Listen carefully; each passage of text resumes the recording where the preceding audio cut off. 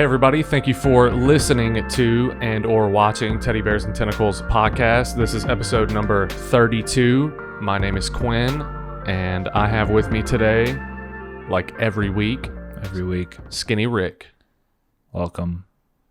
Skinny Rick's got the bandana today, and that's his new thing. And he's going to tell you about that in a minute. Okay. But we also have with us today, producing for us, Dylan Puckett. What's going on, everybody? Dial on. Dylan, back on the show. Glad to have you back. Oh, it's nice to be here. Nice to be here, guys. So yeah, we've been hanging out, social distancing, and Yep.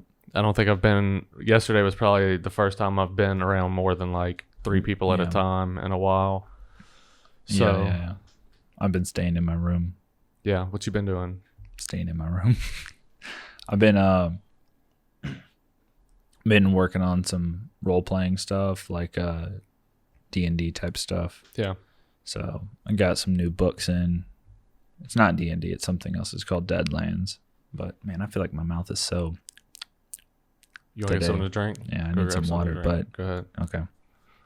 Dylan, what about you with the how's the quarantine going? Man, I really haven't been doing very much at all, if I'm being honest. I've been doing some reading and watching YouTube videos, playing Apex, playing some Warzone. I think other than we came in and recorded like a couple days ago, or like yesterday, just some of the stuff that we've recorded. I mean, other than that, I've just been at home all day, every day, trying to not get sick and trying to not get anyone sick. Yeah.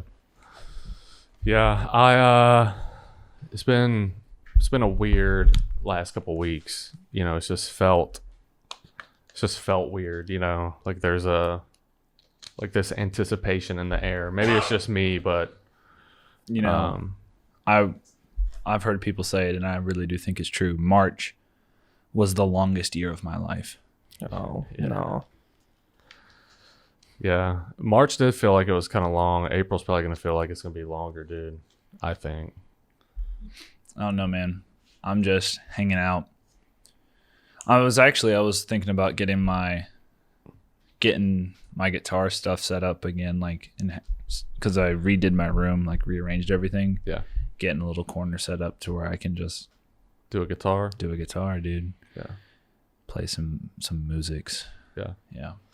I started playing World of Warcraft again, and so if you pre-ordered the game, you got a character boost to max level right now, which is 120. And I have 2 characters that are at 120, but I did it, and I can say that they do a horrible job at you get it and there's no direction. You know what I mean? Like they're like, oh, like here's your stuff, like talk to these few people, and then after that, you know, because basically like you skip all the beginning part of the content, and so like you don't really know where you are in it. Does that make sense? I mean, those types of games are very popular. Yeah. And you know, I'm sure they're great. I just have never been able to get into that MMO style game. I've got my family and some friends who are trying to get me to play Star Wars: The Old Republic right now, but I don't know. To me, whatever video games you enjoy playing is what you should play. I don't think any genre is necessarily better than the other. But for me, I've just grown up playing first-person shooters, and so shooters and some racing games occasionally is really all I do. Yeah. So, yeah, I don't know. I don't know how to do the whole MMO. They're all a grind, dude. Yeah, you know, it's just I don't know. But it's one of those things to where whenever I was a kid, you know, I didn't realize the investment that I was making. I mean, it's been 15, 16, 17 years now since that game came out, and you know, I continue to play it on and off, you know. So it's fun. I mean, it's not my favorite all the time, you know, especially you'll it's subscription based, right? Yeah. $15 a month. Okay, I think Old Republic is I think Old Republic is free for the basic content, and then you can buy like DLC. Yeah. So. Yeah, I mean the thing with that though, dude, is like it is $15 a month, and they are making like a crap ton of money off of it. But you know, if you ever like played the game or like watch somebody play it, like it is a world. It's a you know, it's like its own universe. It's got its own stuff going on. You know, if you want to like fly from one spot to the other, like it takes a long time. Yeah. You know, and there's like, you know, different areas and stuff like that. I mean, it's just its own, you know, they've created like a legitimate world at this point. The closest thing I've played to that would be the original Daisy mod for Arma 2, which is still a shooter, but it is this massive map where like if you don't have a mode of transportation, you're walking from city to city. Yeah, like imagine walking from here to Pooler. Yeah, but you've played Breath of the Wild. Like it's not. I guess that's true. It's not terribly, you know. No, I'm very excited for the sequel. Yeah, I don't. Do we have a name, or is it just Breath of the Wild 2 right now? Yeah, that's just like the proxy name for it. Okay. Have you never played it still, right? Yeah, I've never played it. I mean, other than when like a Switch has been around, it is. But I think I've only that was only for a little bit. I don't think I've actually really sat down with the game and played it. Yeah, it's 100% my favorite single player like campaign game. It is arguably my favorite game in general. Yeah, it's good. It's a 10 out of 10 in my opinion. They could turn the floatiness down like 50% whenever you smack somebody with like a club. You know, they'll go like flying so far. If they made them fly like half as far, that's the only thing, you know, with the whole game that I really had a complaint about. I still haven't I know guys who are like, I'm going to get 100% before I finish the main story. I think I got like 60 to 70%, maybe 80. But there's so much to do. I was very disappointed that there's no end game though. That upset me a lot. Like New Game Plus or. Well, I have not played the DLC, but neither. But the ending of it was it's like after the credits roll. That's it. I mean, your load back in the game is right before the last boss, so there's no like. Yeah. You can't go like roam around or like after you beat them, which is kind of disappointing, you know. I think it would have been better if they had the ability, because what I did was I just went back in and went and did more stuff after I beat the final boss. So yeah, maybe the DLC changed that potentially, you know. I don't know. But I don't know. I did do all the main stuff like before I went and fought him, because I know some people who are like, oh yeah, I just went and fought him like after like the second Divine Beast or something. But I was like, I got all the Divine Beast. I got almost all of the shrines. I got the Master Sword. And then I went and I was like, I'm going to kill you now. Yeah. I think it took me like 2 tries or something. Yeah. The thing I do like about that game is that you can learn like the attacks that the enemies have. And you can like, I like the types of games where it's like you learn their different attacks and then you can learn how to react to them. So yeah, like you may die the first time, but then the second time you make it further and you just keep getting better. Yeah, for about half of the game, I had those amiibo cards, which was pretty dope. Did you ever see those things? Bro, I had like 15 of them. And like each one of them, you would scan them and they would drop like, like one of them would be nothing but fish, and it would drop like 30 fish. It would just like fall out of the sky, or like chests, or, you know, it made it a little bit more fun because I got to cook a bunch of stuff and always like make. I mean, there's a bunch of different stuff you can cook in there. Yeah, little potions and stuff. There's a hard mode to the game where like enemies just does like damage buffs and stuff for enemies, but what I did when I beat it was I started a new game file under a different profile, and I made my own hard mode. So I was like, I'm not going to use any divine beast powers, and I'm basically doing like permadeath. It's like the only way I can respawn is if I have like the fairies and stuff. Yeah. So I made it pretty far, and then I finally, dude, the way I died was so cheese. Like, I was doing a good job in combat, didn't die to any monsters. I slipped. So imagine this, right? There's a slope, and then a small little like cliff the size of like this wall. Yeah. So I go to climb it, and when I get to the top, there's something waiting there, and it knocks me off. But then when I hit the slope, I just rolled and just kept rolling and just died from rolling down the thing. And I was like, are you kidding me? That sucks. Like, I beat all these monsters, like, and then I just rolled to death. Yeah. Yeah, I know that would happen with me, dude. I would like go to pee or something, forget to press pause, and like get struck by lightning or something like that for sure. But that was fun too. Because you can play it. I mean, you can play it really like really is kind of like an RPG. Like, you're playing as Link, but you can do whatever. You can do whatever you want. So, did you ever buy the house? You know, you can like build a house and like own a home. I never did it though, for some reason. I just never, I don't know. I got really into the storyline. Okay. And so I was real into the like, I don't know. What I liked about it was that I have problems with games where there's no direction. Yeah.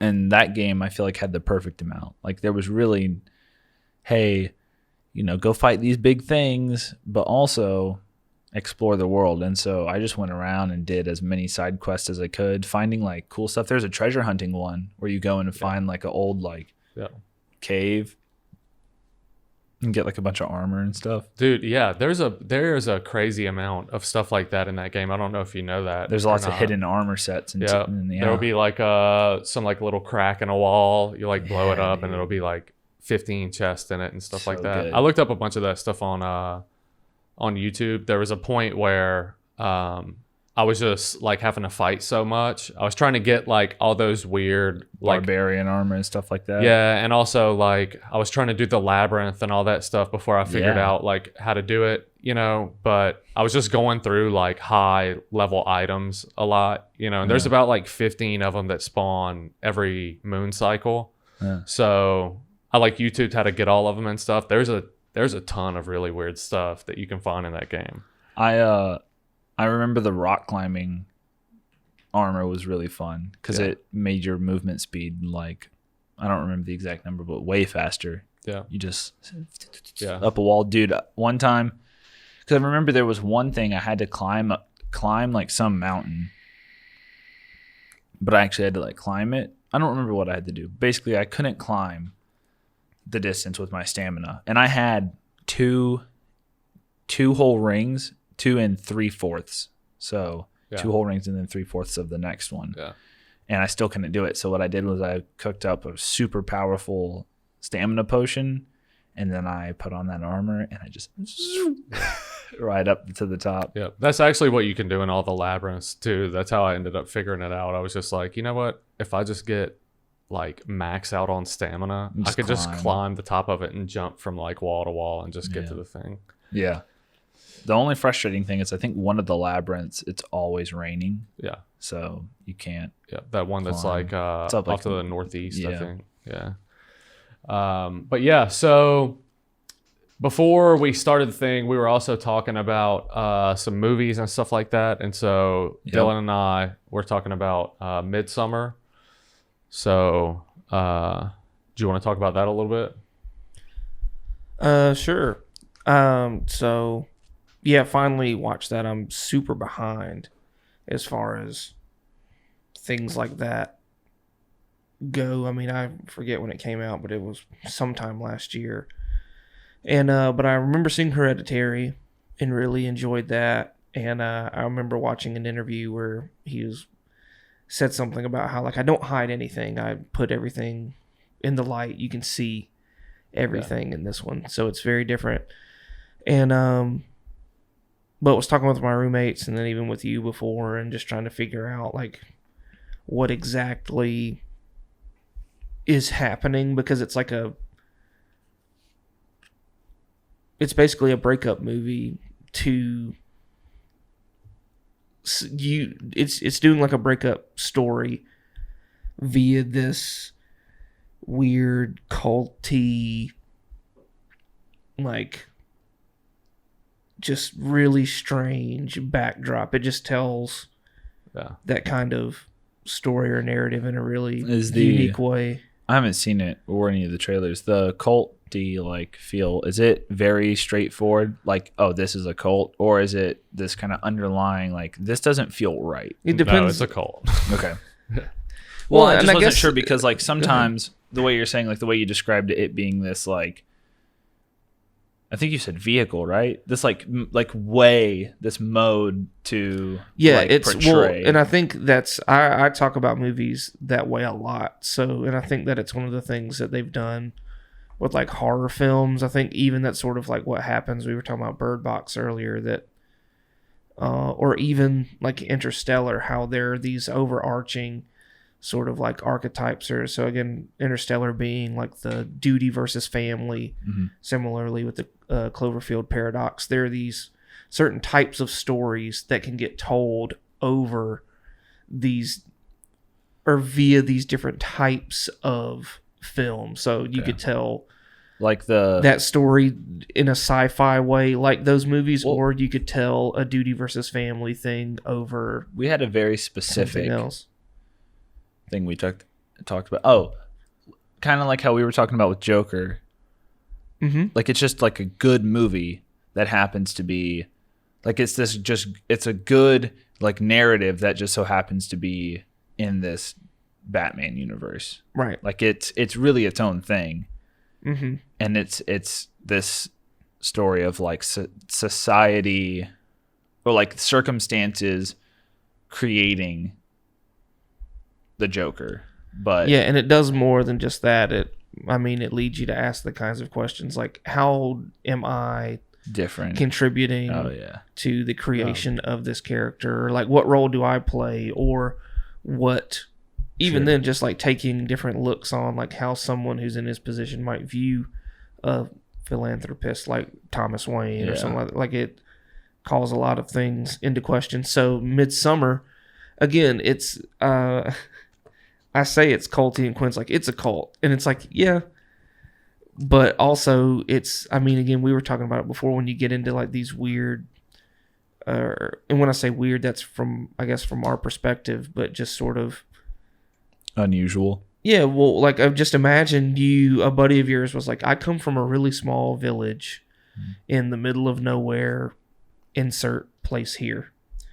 And then you go visit them and they do weird stuff. Yeah. And that's honestly that's basically what's happening in the movie. But they do use very cultish stuff. Like they're giving them basically like drugs and like whether it's mushrooms or we were talking about like ayahuasca maybe. Like we don't know like what it is, but they do keep these visitors, and a lot of them are like they're on drugs a lot or they're tripping and intentionally giving them like wrong information. Yeah. And there is like this weird secretive stuff that is happening. But at the same time, when you watch it, again, at least to me, like it's telling if once you can get past what it is at face value, like it's a really like weird breakup story, at least from my perspective. Sounds cool. Yeah, it was pretty strange. They did a good job at, I thought, like all the aspects of the group and all that stuff, and I think they hit the nail on the head with, for sure what they were trying to portray. And yeah, it was pretty good. That was on what, Prime, or was that Netflix? It's on Prime. Yeah. So yeah, it was pretty good. I thought that was good. And then I brought this up earlier, dude, because we were talking about it. I never saw this, but y'all had brought up the concept art for the Bird Box creature. And Y'all are just gonna throw that up on there, huh? Yeah. Cool. No, it's. But You don't know, dude. You might all of a sudden be talking about it so beautiful if you look at that thing too long. I might be working for it, you know? Yeah. Yeah, I just don't know, dude. I'd be interested. Yeah, I'm not about it. I'd be interested to not about learn that. like what they were, like the different concepts that they had just for the movie in general, and like the different directions that they had. Is it supposed to be like an talked alien about, or? because I don't know, man. It does look kind of like Snoke. A little Yeah, bit. I mean, it's humanoid for sure, but Yeah. Now one of the artists from the film has really, yeah. I mean, it's whatever, dude. Yeah, I really like that movie. Yeah, the but, Bird Box monster sucks. Yeah, it's not a good monster. No. It looks like a kid with like looks like a really bad kid. psoriasis, basically. Looks like a kid was Anakin, help me, I'm too weak. Yeah. Is really what it boils down to. Yeah. You know, he was a normal kid. Yep. He was too weak. He zapped himself a few times, and now his skin turned all wonky. Yeah. I don't know. Like, it's unsettling ish. Mainly, like, it's got no teeth. Yeah. Its ears are weird. It's got a large nose. Well, are But then they again, are like, they it's- everywhere? Is it more than one? Like, you know what I'm saying? Yeah. Because there's I think we at talked one about A point we Quiet saw Place. two. I think at one point we saw two in one Oh, shot. yeah. Well, because they do that. The little tornado-y thing. Mm-hmm. Yeah. Which is weird because when I see this paired with when I saw the spinning, the only thing I could think of is something that's like floating, Right. you know? So it makes me think of like this thing just sitting crisscross, like, Yeah. Hovering, like, Like a monk. like a monk. It's about Well, to do it something. could be that they are. I don't know the way that they are interacting with our particular like realm or this like particular plane of existence. I don't know, like it could just be like the energy that they put off. Think of like when the Saiyans go Super Saiyan. Yeah. And it could be that just the energy, like they're drawing energy from the earth or they're putting it And out that's because what's they doing are the- a creature, and that could be, Yeah. it could be something like that. But that's also, I mean, again, just trying to think through what it could possibly But be. this is the sketches that Yeah, we the saw sketches in make the- more sense. which is weird because they're not the same. Mm-mm. None of them are the same. They're similar. Some of them are. Well, I mean, look at this. Like, even this one. I guess these are pretty similar. But like, then there's this and this and. Yeah. I don't know, man. We I have was a talking better- about it we have a better earlier. Picture. I had heard the concept that, basically what the thing was like your deepest, darkest fears and insecurities and stuff like that. And like it was too overwhelming to handle. So people would basically commit suicide. That was the one that I heard that I liked the best. That's spookaholic right there.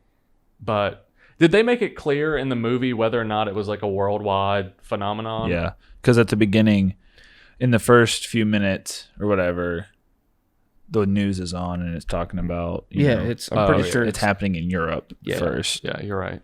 It goes through like a bunch of different news It's things. kind of like the coronavirus. Yeah. It A is little bit. Because then it gets here, and then everyone's like, "Oh no, it's here."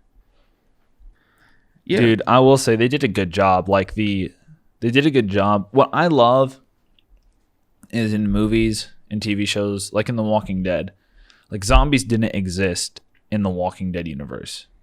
There's no zombie like lore. That's why no one knew what they were. Yeah. And so like this, everyone thinks it's just like a virus that's like killing people. And so when she sees that lady the first time in the hospital hitting her head against the glass, she runs out and she's like, that thing is here. Like that virus or whatever is here. Like we have to go.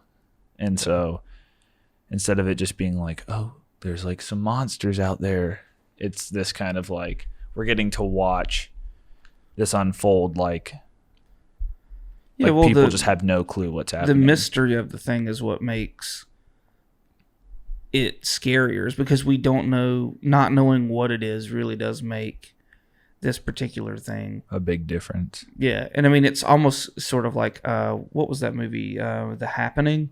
Did you see that? Oh yeah. I haven't seen Like that. The Happening, for instance, is very similar, but it turns out that it's basically the planet has these plants are releasing a I don't know if you could call it a toxin or what. Spores. They're releasing something into the air that basically, like, once it gets into you, it makes you kill yourself. So like they've got some really unsettling stuff where they're driving up into a town. Oh, it's like a parasite. Sort of, but again, like the planet is just like plants are doing it to. And it's not Earth.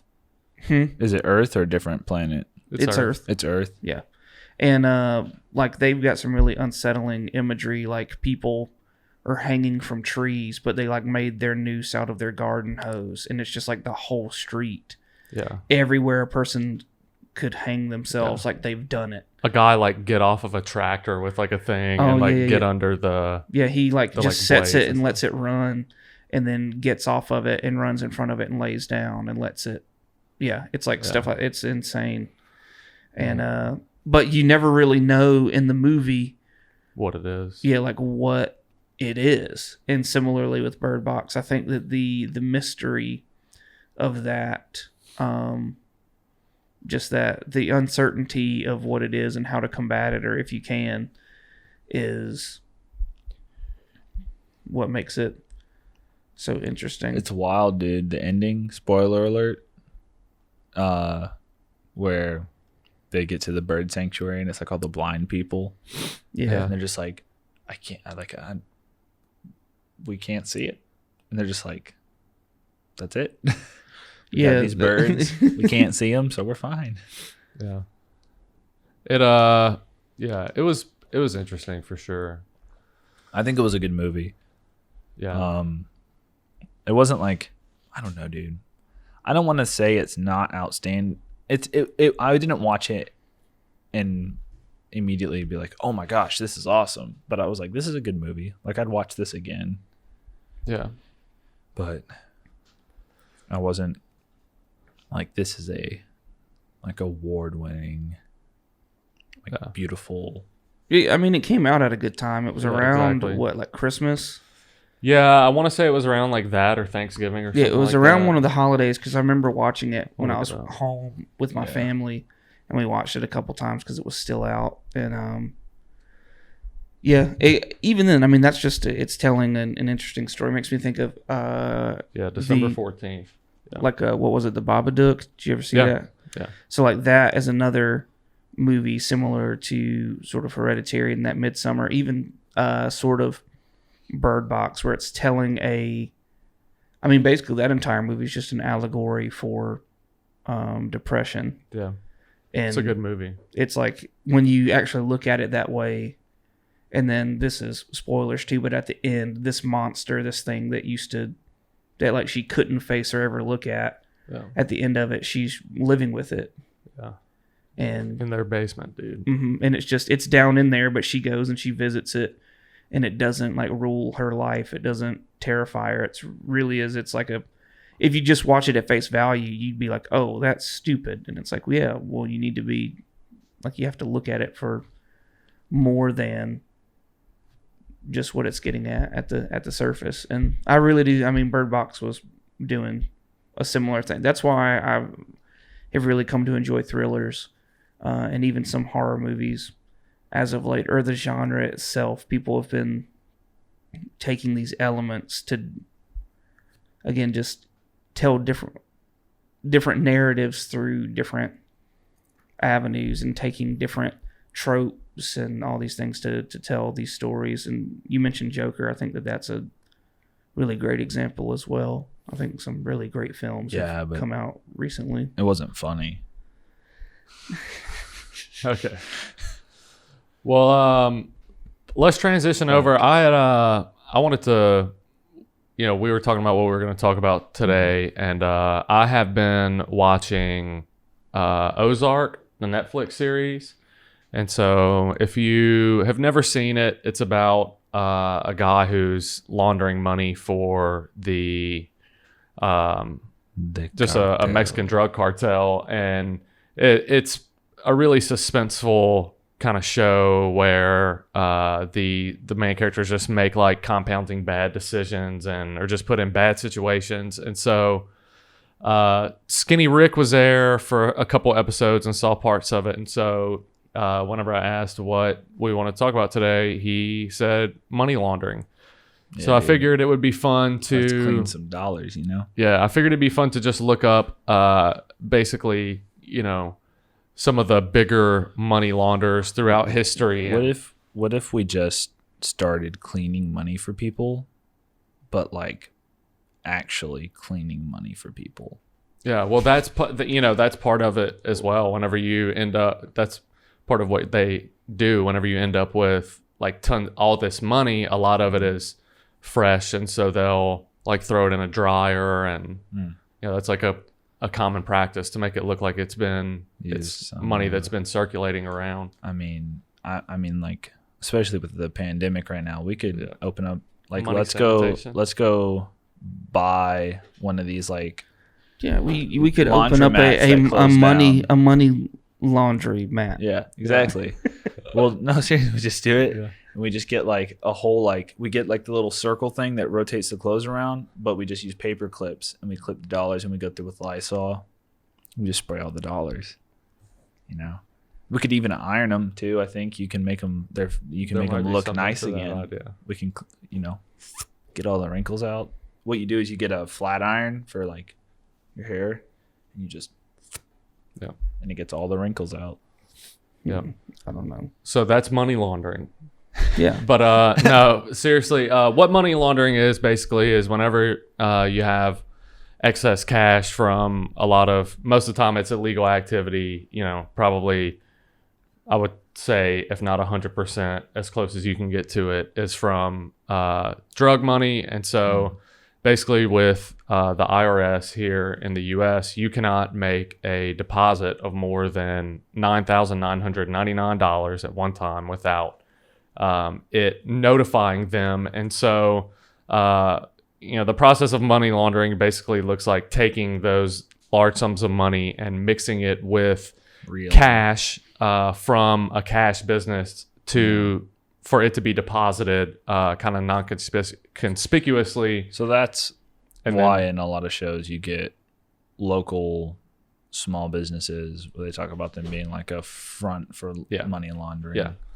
Okay. So whenever I explained it to Skinny Rick, I used basically, what we're doing here as an example. So yes, an example would be, a church that would be money laundering. Let's say you had a bigger church that got a lot of donations.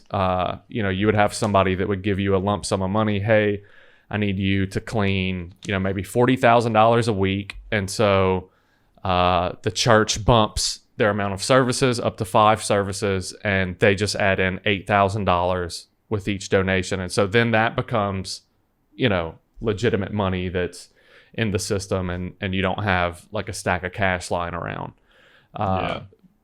Because that goes with every big purchase. You get IRS notification. So if you buy a $20,000 car from a dealership, that gets flagged. Same thing with a house or a whatever.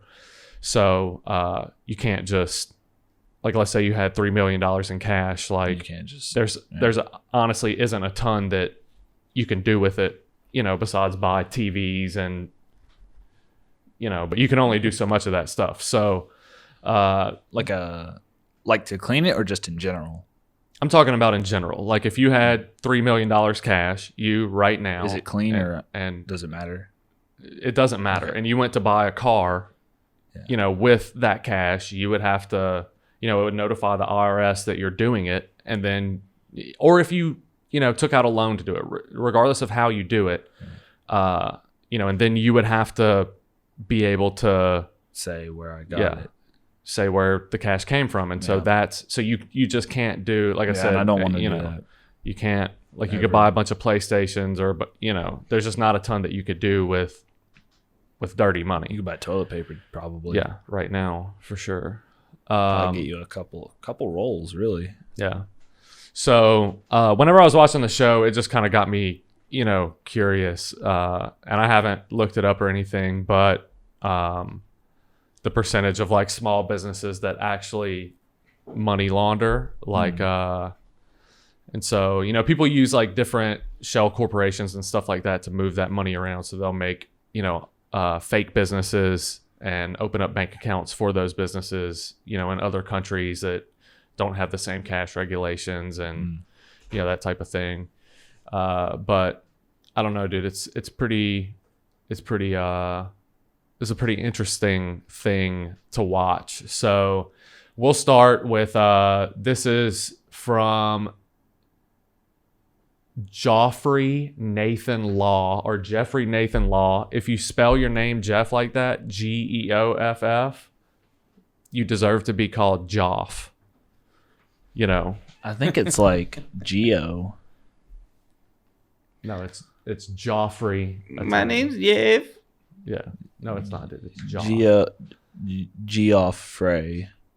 Like the hit band, The Fray. Yeah. Is that not Joffrey? I think it's supposed to be Jeffrey, No, it's Jeffrey for Let's sure. just find out. but I'm saying Joff. It's Jeffrey for sure. I mean, it's gonna say Jeffrey for sure, but Oh yeah, it's I'm telling you that I'm gonna call him how to pronounce Joffrey 100% of the time. Oh, I accidentally opened C++. Get that out of here. What you doing? Is it muted? You have the remote. I don't know where the remote's all the way over there. Dang, Wrong. Wrong. What are we doing? Why don't you just change the audio, output to the speakers? That's what I'm gonna do then. Yeah, dude. They'll do that, Open volume mixer system. Boom, Playback. Boom, boom, boom, boom, boom, boom, boom, That's default. Okay. boom, boom, boom, boom, boom, boom, boom. It's Jeffrey, Is that it? Jeffrey. Yeah, dude.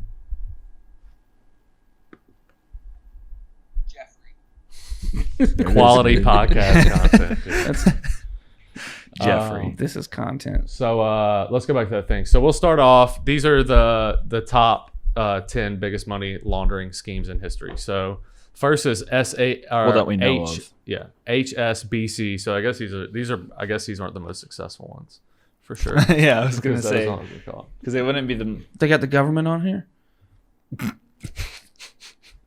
They might, dude. But for sure, like Epstein was 100% Epstein, laundering dude. money. Like most of the guys. Let me ask you this: can you be Jefferson Epstein level, rich without laundering at least some money? Yeah, You you can? can. Okay. Well, yeah, you Can definitely can you own your own island without laundering some money? Well, most of his money was made off of blackmail, not laundering That's money. true, I guess. But he definitely was. He Yeah. definitely was. So HSBC is the first one. The biggest bank in Europe, HSBC, paid a $1.9 billion fine for failing to prevent drug cartels from using the bank to launder hundreds of millions of dollars. According to investigators, poor regulation at HSBC allowed the bank to serve as the chief money laundering conduit for a pair of drug cartels, one in Mexico and the other in Colombia. The two cartels combined shifted about $881 in drug money through the bank. They obviously forgot to put millions. Yeah, I was gonna say that's Behind not that. that much. Yeah, dude. You paid 1.9 bill, like, dang, bro. What'd y'all sell? A couple iPhones? One, maybe.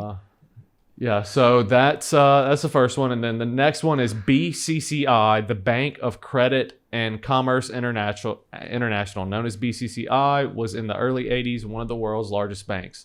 Investigations into the bank suspect process and procedures eventually uncovered a raft of crimes from money laundering to fraud to arms trading and prostitution. Ooh, arms trading. When all was said and done, BCCI was kaput and about $20 billion in revenue had evaporated. It's a lot of money, dude. Is that the technical term? Kaput? Yep. That is a technical term. Dude, I mean that's definitely the Donald Trump term, you know. You're kaput, you're schmuck. Yeah. It was a huge business. It's sad that they went kaput. They were doing a fantastic job. Yeah. Tremendous. Never before seen. Yeah. We had loads of professionals working with them. And it's just really unfortunate to see. Yeah. But I have the best business. My business will never go kaput. My business we're always never kaput. And nobody's ever seen a business no one's ever run a business as good as me. Not even China. And that's saying a lot because China is unfortunately very successful. If China doesn't stop calling coronavirus an American virus, we're gonna make them go kaput. Dude, the CIA should definitely be on this list. That's for sure. I mean, that's literally like sexual blackmail and money laundering is like their specialty. Yeah. Yeah, and drug dealing. I mean, so that guy Barry Seal. Have you ever seen that movie? I haven't seen the movie, but he was basically. Is it a cartoon? Look up Barry Seal real quick. He was basically a cocaine guy that was Barry, I guess SEAL. Yeah. So, oh yeah, dude, this looks real 70s. Trans World Airlines pilot who became a major drug smuggler for the Medellin cartel. So he was bringing it into Mena, Arkansas, where.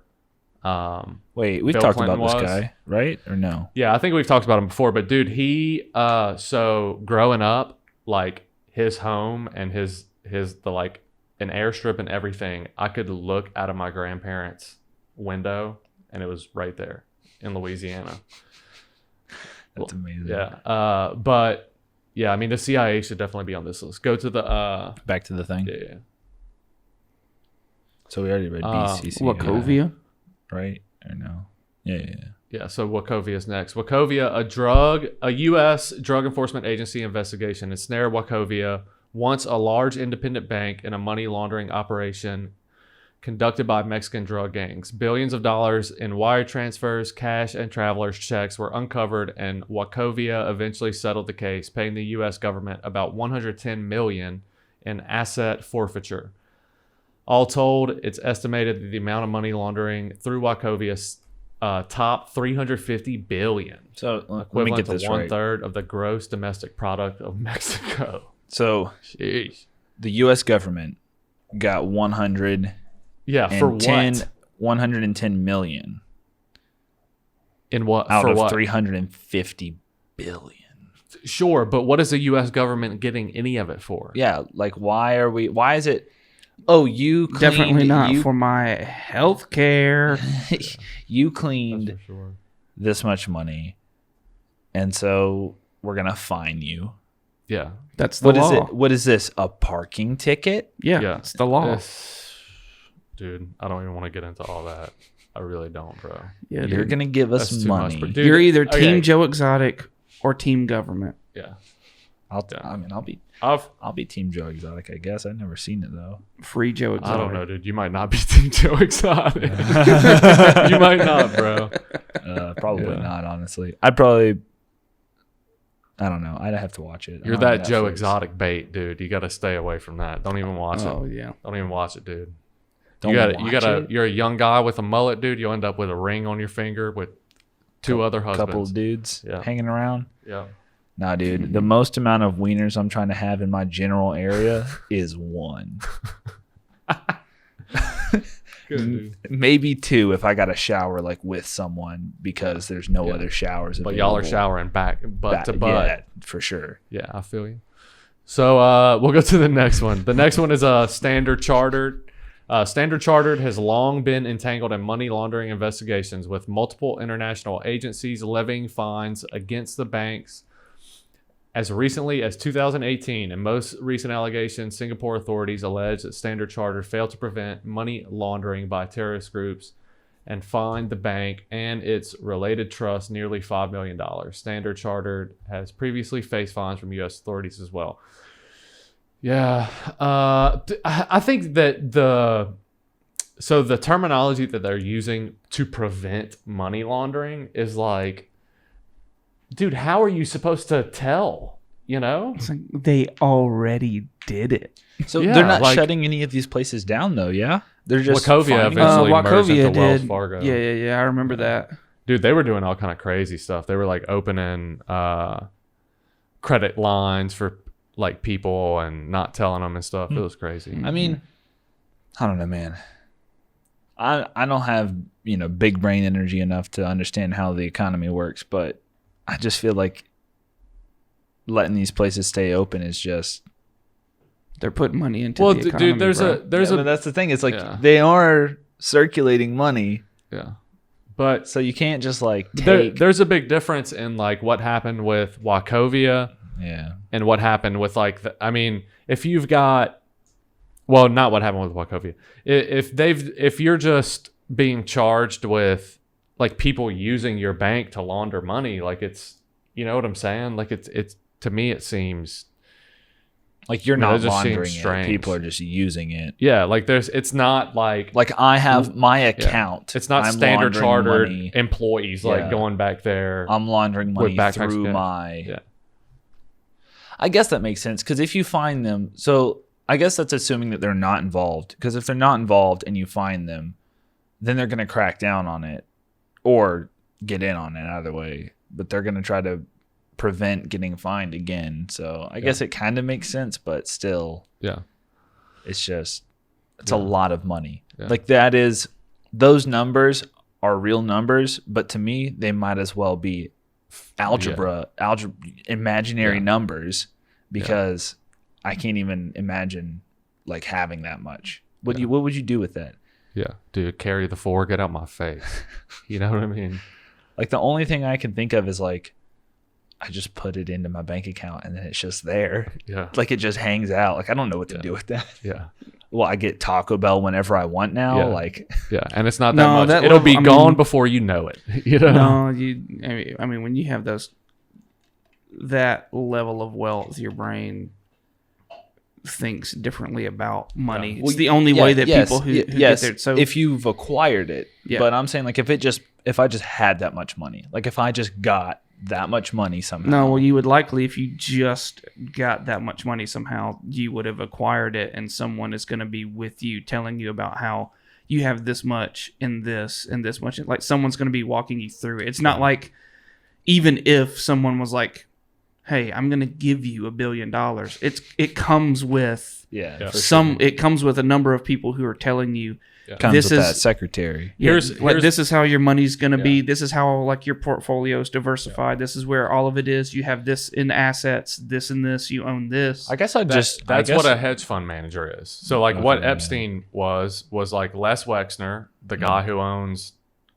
almost all the stores in the mall. So everything L brand. So we're looking at L brand. Abercrombie, Hollister, Oh, yeah. The Limited, Claire's, one of the soap, bed, or beyond, one of those things. Bath bombs Yeah. and And so what it such. is they give you, these guys Yeah. are given right to attorney for those guys.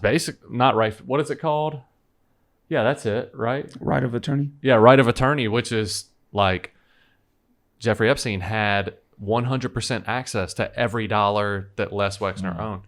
So it's and weird, then- dude. Yeah, well, It's weird. it is weird.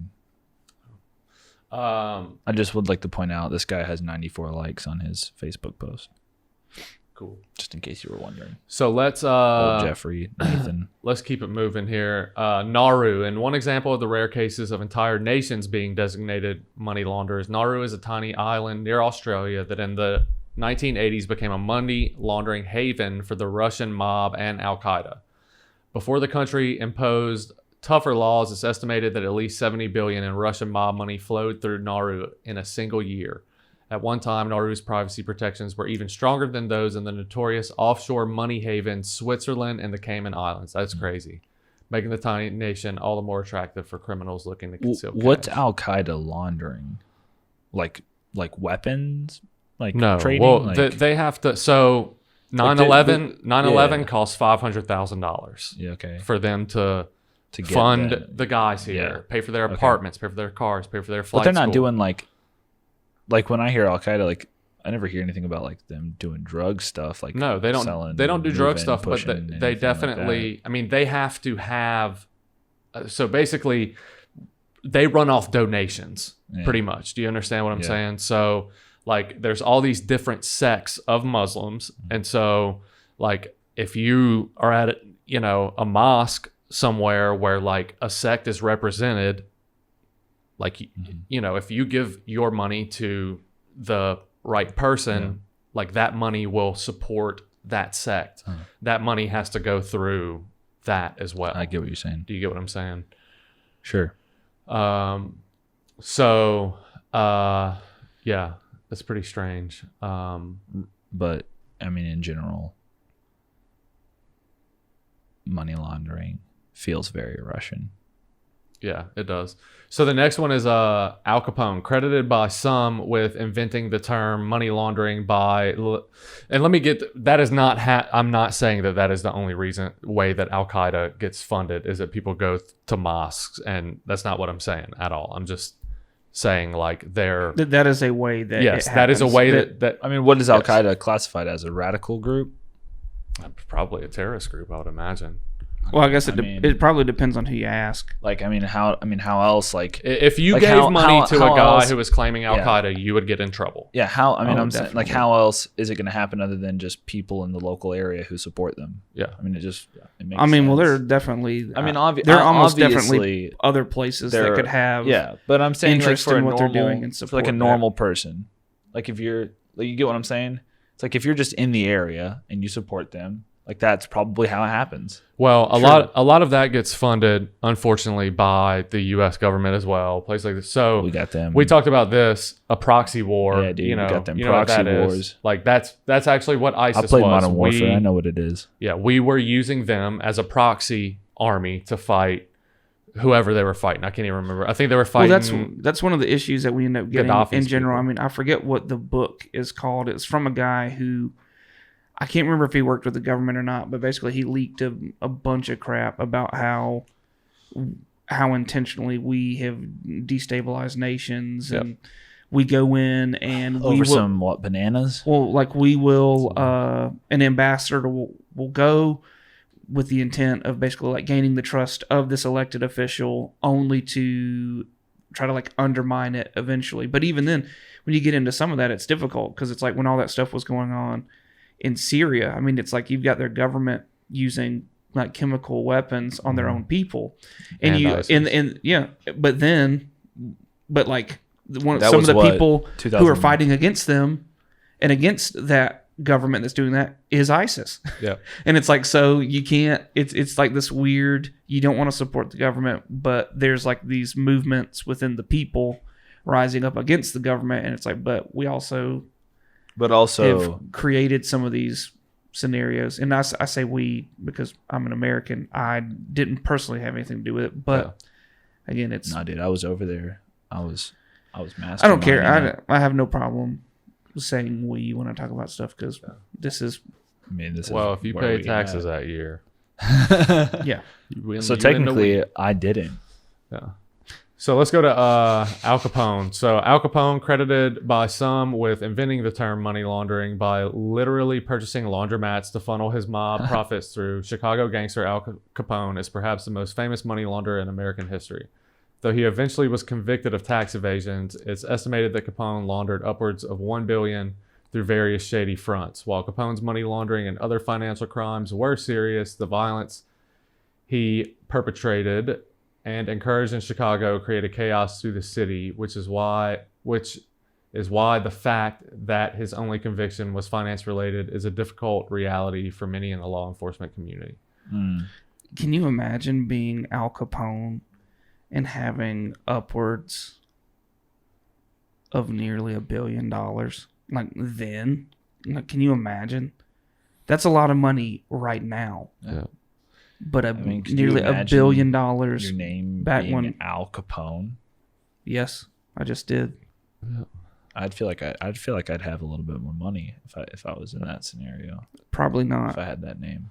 And and we all know that the U.S. not the government, but government subsidiaries like the CIA and stuff like that were in bed with the mob and all that. And Oh yeah. I mean, you see stuff like JFK and Robert Kennedy get killed by. Doesn't matter if it was the mob. Doesn't matter if it was, The government. if it was the CIA. Like it's basically all. I'm pretty the same sure you people. can look it up. That we found. I forget what year it was, but I mean it's been recent about how 'Cause the government was complicit in the assassination of MLK.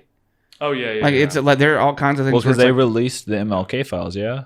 yeah, like there's all kinds of What about the JFK stuff like that. Even then, when you stuff, get have they into the released story of Whitey Bulger, that with Johnny Depp ended up doing the movie Black Mass. He died not that long ago too. I'm pretty sure. They or something like that. I don't remember, but he, I mean, he had a guy who worked for like the FBI or CIA just on his team. They grew up together and they were kids. They grew up in like South Boston, and they were buddies.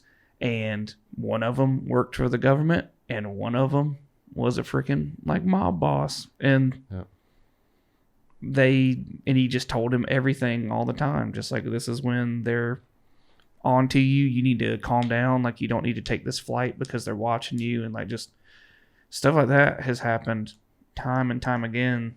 I mean, it's crazy. Yeah. Wild. So let's keep on going. So next one is Mayor Lansky. If Al Capone is the most famous money launderer in American history, he owes much of what he earned or stole to Mayor Lansky, who I'm pretty sure it's Mayor, not Meyer. I'm almost positive. Who was at one time was thought of as the accountant to the mob. Lansky helped develop the criminal underworld of the American mafia and pioneered a technique to use Swiss banks to hide his stockpiles of cash. Lansky never faced serious criminal prosecution, and upon his death in the 1980s, investigators were able to find the $300 million they believe Lansky had hidden away. So here's one of my favorite ones. I've been waiting for this one. Paul Manafort, and we're still gonna do this. We're gonna do a Black Manafort and Stone episode, and then we're gonna do episodes on each of them individually, which is gonna be fun. So Paul Manafort, a short-lived campaign manager for then presidential candidate Donald Trump. Paul Manafort's legal situation is still developing, but Manafort has been convicted of multiple fraud charges and still faces accusations that he laundered more than $30 million in Russian money. Manafort remains jailed while the legal proceedings against him continue. Manafort and his associate Rick Gates are accused of fudging financial documents and lying to accountants and tax preparers in order to shield millions of dollars from view. Fudging. Yeah. Still a technical term, dude. And so this is, Manafort went kaput. Yeah, Manafort is in that group that basically started political lobbying, during the Reagan campaign. So none of that should be a surprise. I mean, there's no telling how much under the table money those guys got back then. I mean, it was probably crazy. So Tom DeLay, a former majority leader in the House of Representatives, Tom DeLay was convicted of money laundering, though that conviction was overturned by an appeals court in 2013. The Republican congressman had been convicted a couple years earlier of improperly funneling about $190,000 in corporate money through the Republican National Committee. You can't be doing all that. That man a Republican. Yeah. And then the last one is Liberty Reserve. Liberty Reserve was a predecessor to Bitcoin, with the company issuing a virtual currency around the world. Its founder, Arthur Budovsky, was sentenced to 20 years in prison after being convicted of using his company to conduct a huge multinational money laundering operation that included credit card and ID theft, Ponzi schemes, and computer hacking, before being shuttered by the U.S. government. Liberty Reserve had conducted transaction with a combined $8 billion. $8 billion. $8 billion. And we can put a link up to this place because they reference all this stuff. It looks like individually. So Nice. yeah, dude, that's money laundering and some of the money laundering. Yeah, dude. I have to say, I appreciate the fact that Jeffrey G. Nathan is willing to show his work. That's one of my least favorite things when you come and try to learn stuff nowadays. People just like to post things. And it's like, man, we always in school. Show your work, bud. It don't just count for math. You got to show your work on this stuff. If you're going to say it, you got to show your work. In school, we always had to have a works cited page and everything. Like, we always had to show, like, everything. It's like, where did you get, where'd you get that from? What were your sources? And it had to be like, I mean, this is pretty much exactly what it looked like. Imagine just a whole page at the end of the essay of just... Your schooling looks the same despite COVID, huh? Well, yeah, I mean, I'm kind of done now. Yeah. You're done? You're finished? I mean, kind of. Have you graduated? That's the thing, is technically no, because COVID. Yeah, but you're done with classes. Like, you have no more classes. Yeah, I mean, I'm doing some math to brush up to get a better score on the SAT, but I don't have any classes that I have to finish. I'm just doing extra math. Like, for fun? I mean, I guess you could call it that. It's not, but... It's so that he doesn't get beat in the face by college math whenever he gets there. That's why. I mean, so you haven't walked, but you don't have any more classes that you're taking. Yeah. You've completed all of your necessary courses in order to graduate. Is what you? Yes. Oh, then your school's all done, I think.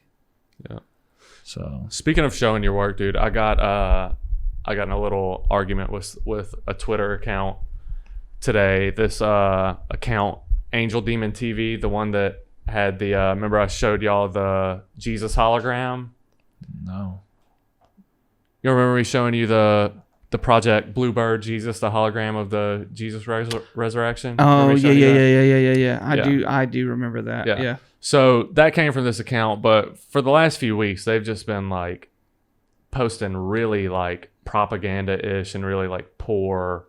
And it's like a conspiracy kind of thing where people send them video and then they post it, and like they've been like clipping video, giving no context and like all that kind of stuff. So this morning he posted one. It was like a Snapchat filter over Trump where it like made Trump look like he had like virus like things coming out of him. And it's like the right, little Shrek ears. Yeah. It's like, like a bunch of them. And so I told him, Trumpsky got that. I mean, I just commented, what happened to posting actual videos? This account used to be worth following. And he said, do I detect a status with a hero, a slave with a master to worship, and one without a sense of humor? Good luck with that. And I said, oh man, we got a poet on our hands. I said, dude. I just wow, said, let's go. And so he's been posting all this 5G stuff, like the coronavirus is 5G, and like a telephone pole that was like on fire, and how like somebody like set it on fire with like no context behind it whatsoever. And so I said, I detect someone who's drinking the Kool-Aid without even knowing it. A picture of a bee that you did not take with a 5G photoshopped on top of it isn't information, my friend.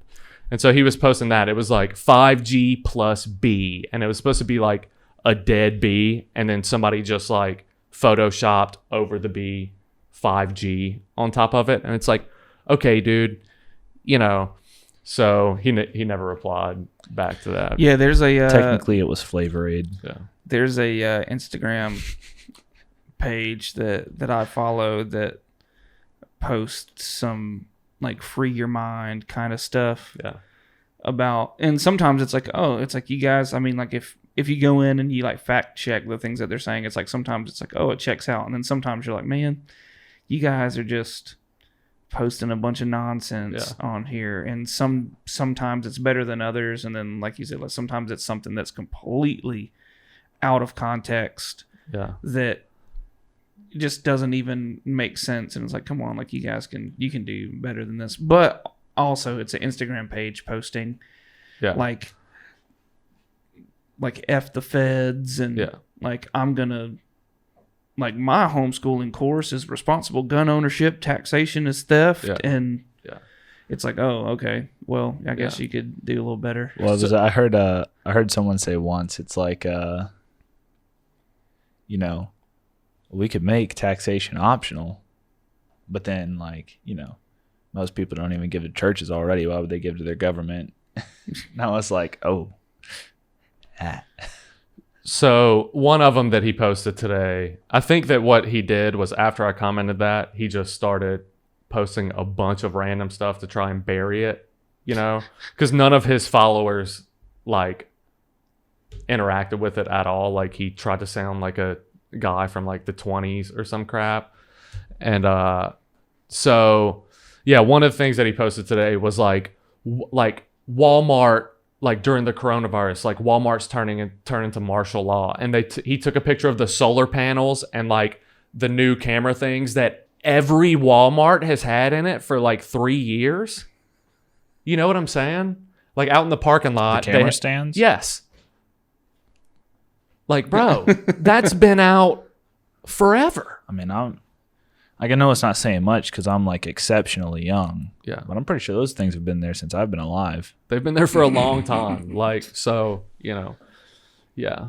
So I did that today. That's what I did for, you know, and I was just waiting for him to, you know, Man, say something back. I've just been done. I was texting some friends of mine earlier and just telling them, man, like, y'all need to pray for me or something. I'm having a bad day. I mean, I'm seeing some nonsense of people saying, and I mean, this guy's already kooky enough as it is, but it's like a guy saying that coronavirus, the cause of it is oral sex and lady chemicals, as he. Oh yeah, dude, I believe that. And he said he said it on the 700 Club, and he said, and then some other guy who was saying, he talked about there's some lawyer who was the senior lawyer for the like LGBT like Bar Association of New York or something. I forget what the name is, but they died thanks to coronavirus.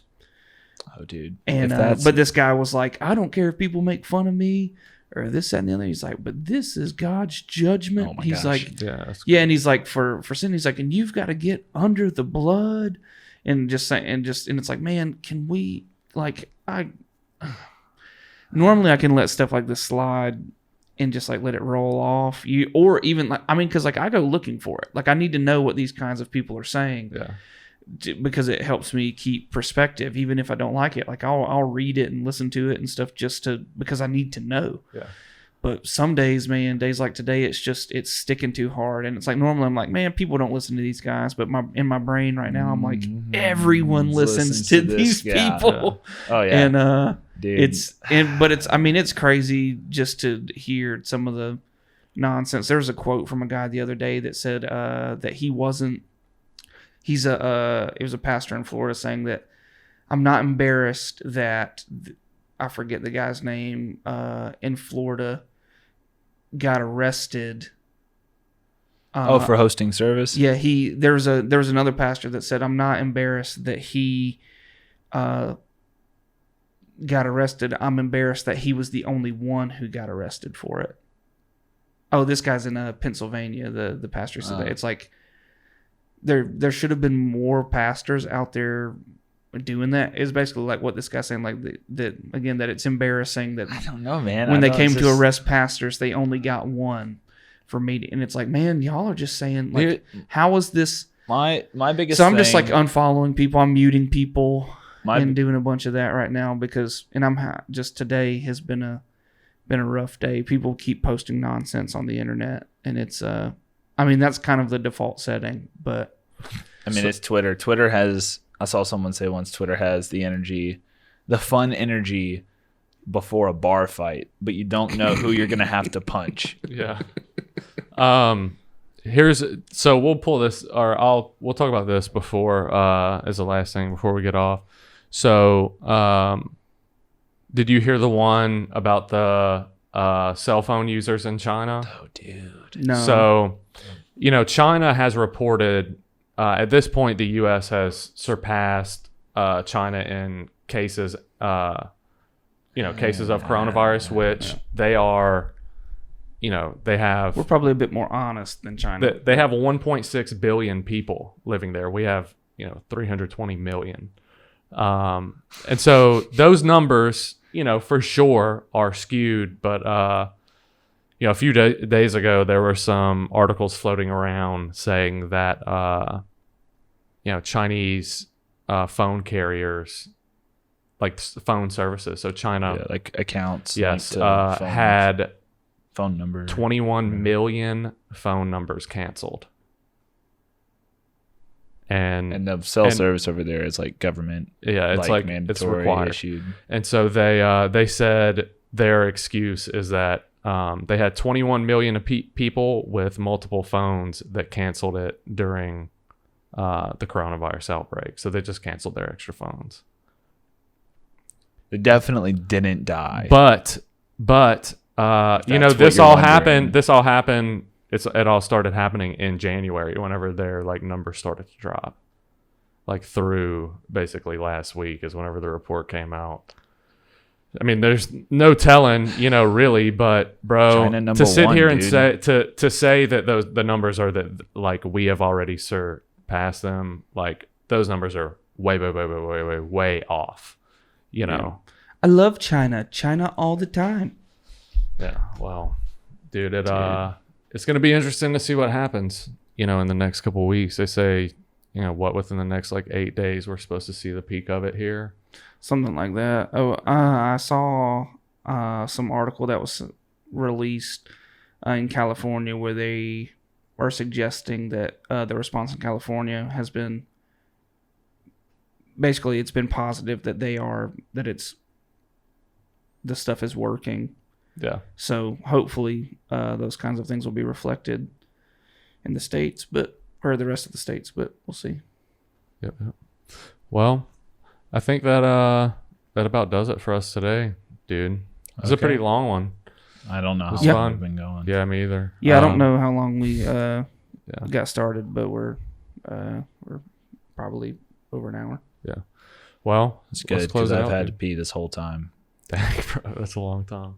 So look, if you want to follow me on social media, you can do that on Twitter. I am at TBAT Quinn.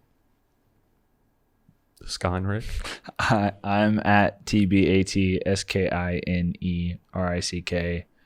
I haven't been posting a lot this week, mainly because every time I go to make a joke, I see someone else already made it about the virus. So I kind of, I don't want to just post the same thing that someone else did. So yeah.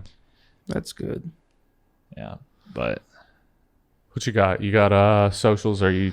If you want to follow me, you can. I don't really post funny things on Twitter, or I haven't posted on Instagram in a while, but that's been intentional. It's my name, DYLANPUCKETT. You can find me on either Skinny Rick's or Quinn's, if you want to find it that way. So, yeah, that's my stuff. I'm normally just sharing,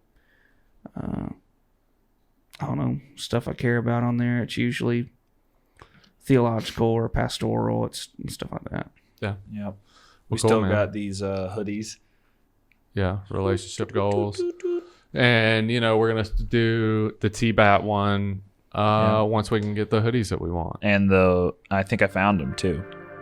I think I did. We can talk about it off. Okay. But I think I found the right brand for us to use. Okay. Well, cool. So, yeah, y'all hit us up, like, share, subscribe, all that. And we'll see y'all next week. Okay, love you. Bye.